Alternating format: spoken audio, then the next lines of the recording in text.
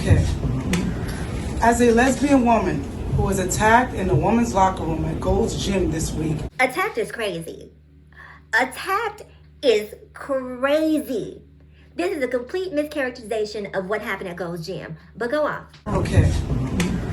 As a lesbian woman who was attacked in the women's locker room at Gold's Gym this week. You went out to the lobby screaming, hooting and hollering for hours according to what I've heard. I wasn't there, so, don't quote me on that. But how were you attacked? And I know some of you are challenged with your vocabulary, so maybe provoked, maybe incensed, maybe incited, but attacked, we're not going to do that. And let's be honest, most of you bitches have a better chance of running into a double cheeseburger before you run into a trans person in a locker room. Y'all don't even go to the gym out here being outraged about something that you don't even do. Any further, Gold's Gym is not some sacrosanct place. Gold's Gym is a for-profit business. Their job is to pull in members, charge each of these members a membership fee. They don't care if you're trans, they don't care if you're gay, they don't care if you're straight. All they care about is the money green. And can you afford it?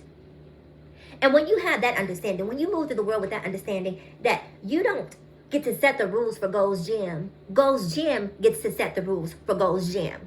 If a gym is conducting itself or has policies that you disagree with, we live in a society where you have free will. Go to a different goddamn gym. I'm going to spend my money where I feel comfortable. She said that she had seen a male in the quote-unquote women's locker room 4 times. The first time would have been enough for me. But you went back 3 additional times, and now you're claiming to be the quote-unquote victim. You're not a victim, you're a volunteer when you go back and you do something over and over and over again. And now you're hooting and hollering and acting entitled in a business that is not your own. It's not yours. And this is not me defending the trans person, because whoever that trans person was caused all of this ruckus and is not even speaking up for the trans community.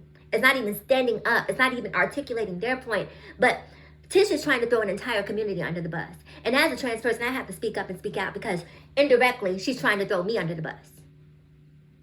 Saying you're protecting women. Because what you're doing when you say you're quote-unquote protecting women from trans people is you're saying that all trans people are actual predators. And that's just simply not the case. And it's so interesting to watch them take a black woman and use a black woman as the face of transphobia, right? Because the meltdown that Tish is having in the lobby, under any circumstances, were it not a trans person that Tish was having the meltdown over, most white people would be in the comments saying, black fatigue, black fatigue, black fatigue. But when it's a trans person, all of a sudden I stand with Trish. They don't stand with you because they appreciate the behavior. They stand with you because you're doing their dirty work for them. Just keep in mind, these same black people, if you had a meltdown under any other circumstances, will be calling your meltdown black fatigue. So continue doing their dirty work. And then another thing that really gets me is the fact that they have pulled the playbook from what they do every time a black person is unalived by the police officer. They go back, they look into the criminal history, and they try to pull the criminal history into the conversation when it's completely irrelevant to the issue. So this person who was at the Gold's Gym apparently has some sort of domestic assault conviction. And I know you guys were crossing your fingers and praying to the heavens above that there was some sort of SA conviction on the record so you could really go in. But there wasn't.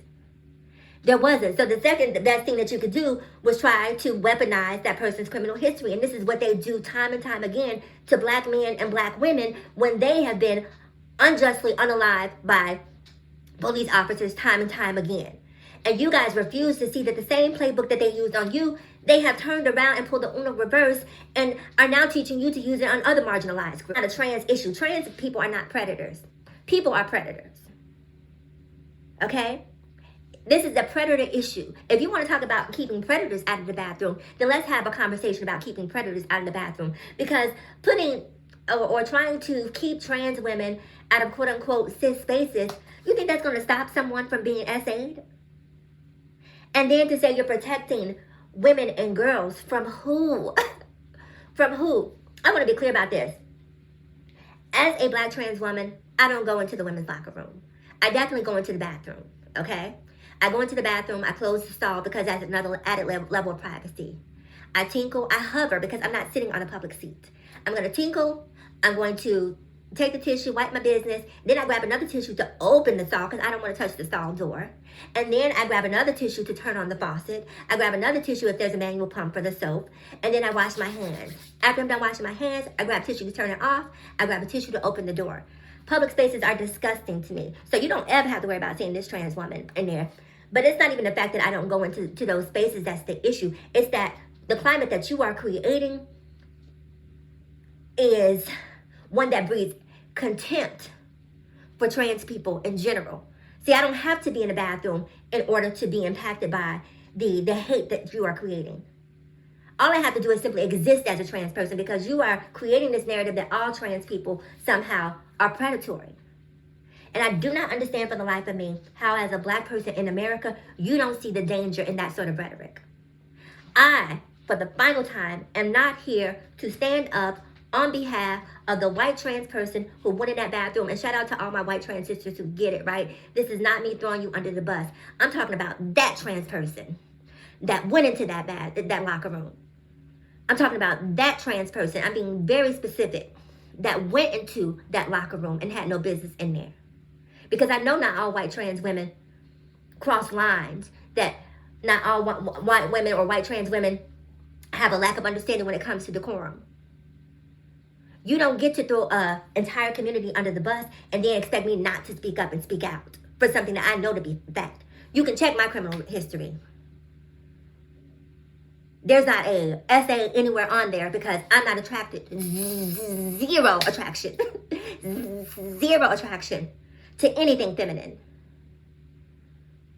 And it's sad that we have, as a community, like, people are just being completely illogical. People are being ruled by emotions because trans people are different from everyone. And people fear different.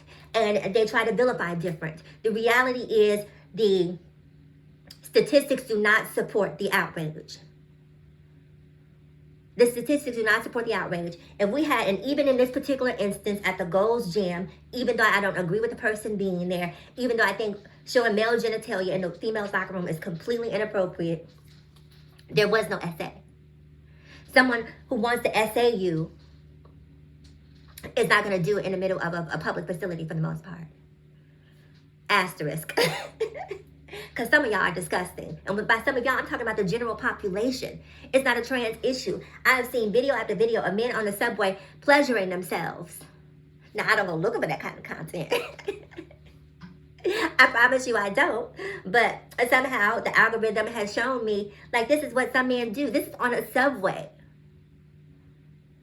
You have a better chance of being accosted on the subway than you do in a locker room by a trans person.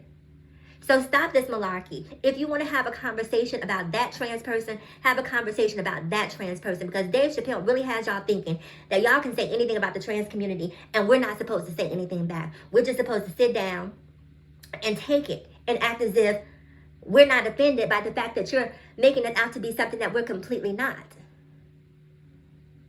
Comment below. I want to know your thoughts. And listen, before you even comment, I already know as a trans woman that my opinion is in the minority. I already know that.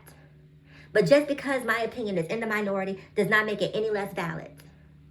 I hope that these videos that I'm making are around 20, 40, 60 years from now, when society has progressed and people have gained a greater understanding and a greater tolerance and a greater sense of inclusivity, where these words will make someone who is, you know, fresh in their transition say, what were they so angry about? What was the big deal? I'll see you guys in the next video. Bye.